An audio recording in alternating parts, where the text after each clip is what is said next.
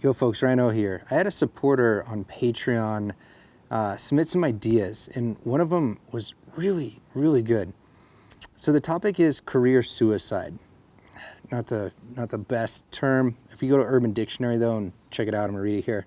It says to perform an action or partake in an activity that will totally discredit you and nullify any chances of personal advancement. And the person gave some examples here. Either jumping into a supervisory position too fast, starting a company before you're ready and failing, burning out in an executive position and stepping back to a lesser position elsewhere, etc. These things, they say, could feel like career suicide. I think the concept of climbing and failing professionally is interesting, and you could probably find a video on that topic somewhere. In fact, I think I can find 3 topics here. I don't know if these were selected based off my history, like we talked about these in the past, but the supervisory position too fast, I definitely have a story on that and experience.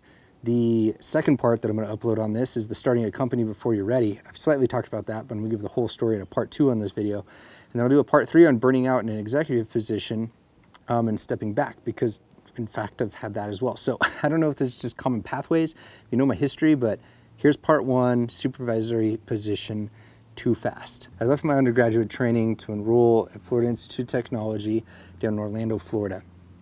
I went there particularly because there were professors that had really similar interests that I did, which basically was a breadth of topics, not a singular area of research interest or expertise. And I really liked the possibilities of having like something like 20 or 22 approved practicum sites. Like there was a breadth of choices, so I could get a bunch of experience. My first semester, jumped in, started working at a charter school for kids diagnosed with autism. Fantastic learning experience. I was not in a supervisory position there, but I was learning some chops and eager to get into a supervisory position. I knew I had some things that I had to fill when it came to gaps in my skill sets and behavior analysis. So during that year, I was primarily working in 1 to 2, 1 to 3 ratios, so with 2 to 3 students at a time, primarily ages 5 to 7. Really learned how to apply behavior analysis thanks to a number of people, my professors, as well as my really good roommate and friend and colleague at the time that was helping me learn how to transition this stuff into practice. That year was just a whirlwind. It was working 40 to 50 hours a week, going to school Fridays, Saturdays, all day, 8 hours each day, Sunday occasionally. I would occasionally even have Sunday classes, and then you'd repeat it. You do that for the 16-week semester, whatever it was, take a few weeks off and start over again.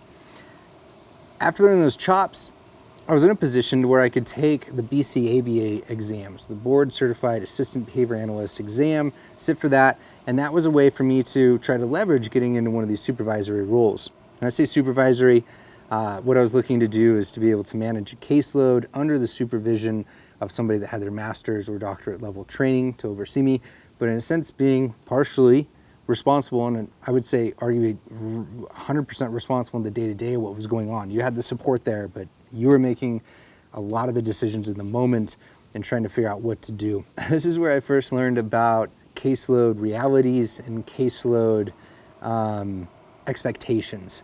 This was prior to the Behavior Analyst Certification Board putting out requirements or suggestions, I guess, suggestions probably a better word, of about 25 people that are on your caseload as a maximum. And I was told that there's about 10 to 12 students that all had really severe needs. These severe needs led to 2 staff to 1 student ratios. And think about the kids that fall through the cracks in the school system. Folks that have the deck stacked against them when it comes to inner city, low SES issues, single parents, an education system that just does not support them due to lack of being able to individually take into account these sort of factors. Just like many of us know them, like that it compounds and causes issues all over the place. And I walked in on day 1 assuming that this like 10 to 12 people is who I'd be serving. I'm supposed to have 25 hours a week. I was gonna be able to dedicate another 15 hours a week into research. I was so excited this time, work on my thesis. And the first day I walked in, there was no less than 50 kids that were receiving services there. They allocated the 10 or 12 to me because they were the ones that were the high profile, they needed a lot of help with. They didn't have the resources on staff to be able to appropriately serve these students. And the other 40 were receiving nothing when it came to behavioral services, yet this place was known for behavior analytics services. What I mean by that is they had staff one-on-one, they had an educational assistant that was trained in strategies generally, but nothing in behavior analysis. And so I remember walking in day one, like, this is, I think, going to be like the sweetest setup for me. I can really intensely work on the supervisory role of these 10 to 12 people, focus on my other things I had to do during grad school at that time, sharpening my skills in other ways. And then I came out of that day, I remember talking to my supervisor about, like, what about these other 40 kids? I don't remember exactly when the decision happened. I remember it being like an organic slow thing, but there was another educational assistant there that was going to be promoted into a supervisory role. And we decided together that we'd collaborate on all these cases, because he was going to work on the other 40 cases. I was going to work on the 10 to 12 cases. We had totally complementary and different skill sets when it came to, I was studying behavior analysis, and while he was aware of it, he was much more focused on communication strategies, AAC devices, and different scaffolding techniques and things in education that I didn't have expertise in. So it worked really well. But that supervisory role turned out to be, rather than 25 hours a week, I was putting 50 or 60 hours a week, which just compounded and complicated things quickly. I ended up putting up my majority of my thesis work for about 6 months. That became a mess with my advisor really getting on me, rightfully so, but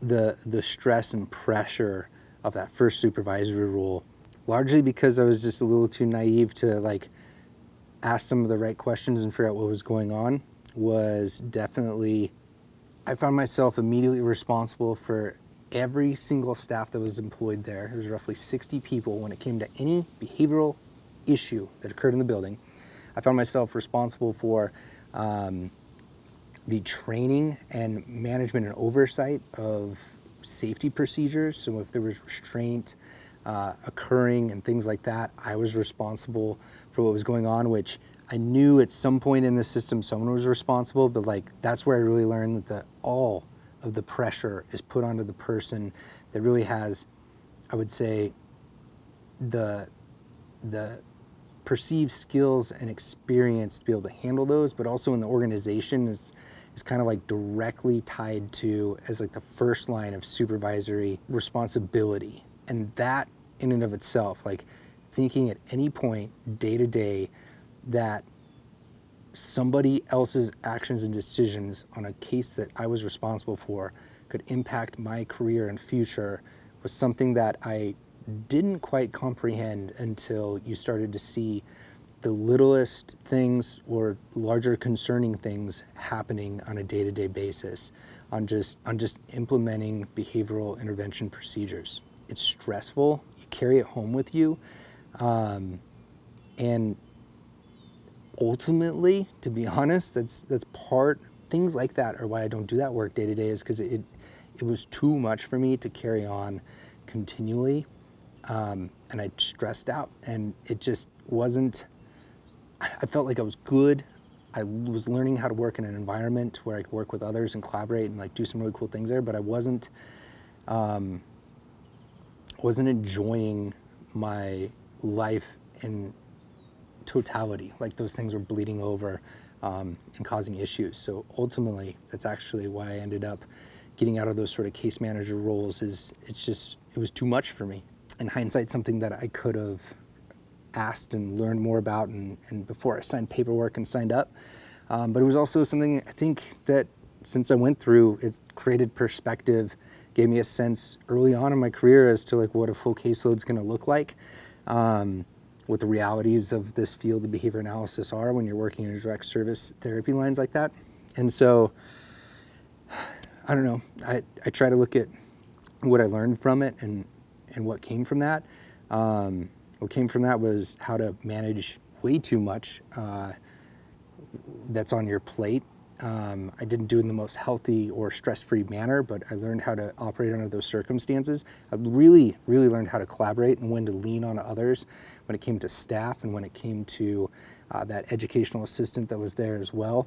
when to say, I don't know as a behavior analyst and someone else needs to step in, partially created because of the circumstances that were there and just the lack of time to be able to allocate to everyone. If you think about 50 students, I had 30 hours that they were all there per week. So there was roughly, if you want to divide that out, 45 minutes if you're super on time to roughly allocate to each student in there, which was just not enough for any case. But I also made some mistakes during that time as well, working with staff or lack thereof, getting their perspectives, building rapport, just like all those things you go through in a managerial, supervisory role that kind of shape who you are now.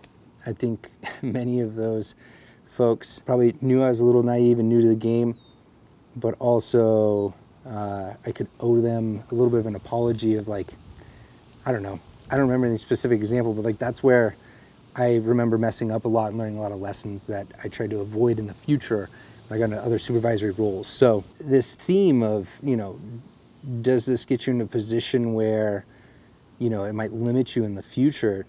It definitely can. You can like make or break, I think, your clinical skills and what you're known for, at least in your local area, in a position like that. And if you fail largely, or if you have any really serious issues with health, safety of your clients, like that can really follow you. The best way to avoid this that I've found is getting a mentor. I actually made a video recently on this, so I'll make sure to link it. It was with Steven, very good behavior analyst out of Kentucky, that had some words on this. And that's what I ended up having around me at the time to guide me, like that master's level, actually doctorate level. There was 2 people that were there to kind of guide me, but they were there for an hour a week. They weren't there constantly. And that hour a week helped immensely and probably helped me avoid a lot of issues that I would have ran into professionally, ethically. But when you're talking about 2 people, an hour each a week, 2 hours out of your 40, 50, 60 hours you're spending with clients or on their programming, it's not enough. And that's where a mentor and getting more face time, more one-on-one time, learning about the processes and that supervision role was really crucial. Like I said, I was going through that at the time. It was my second year, and I had that system built in, but it just didn't seem like enough. Makes me think of, can you learn behavior analysis in a 2-year master's degree? Is there enough time to be able to shape all the skill sets? I think we're learning that no, there's not. Don't know if we're going to react and change that quickly. I know that changing these sort of systems takes years, largely because the BCBA, if you didn't know, is also governed by a larger organization, the NCAA. Did it prevent me from running into future opportunities? No, it didn't. But is it a increased risk and chance of running into supervisory, issues that come with a supervisory role that could potentially limit you down the road? And yes, if you don't realize what you're getting into. In my case, I had a choice ethically the first day of whether or not to be in a building where other people weren't going to be receiving services that I was going to watch for the next year, or step up to the plate and take on too much and try to make it through there. Both of which were not ideal positions, both of which I probably could have asked and got more clarification or set the boundaries a little bit better up front. Both I learned those sort of approaches now and employ them. I don't know, you don't know what you don't know. It was almost like going through that was what helped me actually find better supervisory roles and things that I was really interested in, and kind of led to the development of what I do now. So I'll cover some of that in part 2 when it comes to starting my own business with some others and a failure that came around that, what I learned in there. If anybody out there has similar stories in supervisory roles and is willing to share in the comments, please, would love to learn more. You can also DM, keep it private there if you want to as well. And yeah, I guess the takeaway is the more you can have others around you and like systems around you to help you think about the potential things that might occur, and more you can critically think through those, I think the better off you're stacking the deck in your favor and increasing the probability that you're going to succeed and not have any negative repercussions that come from these sort of situations, such as biting off way too much in a supervisory role, not having the skill sets. So that's one story. I could share more when it comes to managing staff, learning about human resources. That's a whole different time. Maybe I'll share that if anyone's interested. Let me know in the comments. But yeah, looking forward to connect, learning more. I'm uploading this while I'm actually off grid for a few days. I'm going out in the middle of nowhere and hiking, so if I'm not responding right away, it's gonna be the first thing I do when I get back. Just give me a few days. I am on a trail, keeping my sanity in check.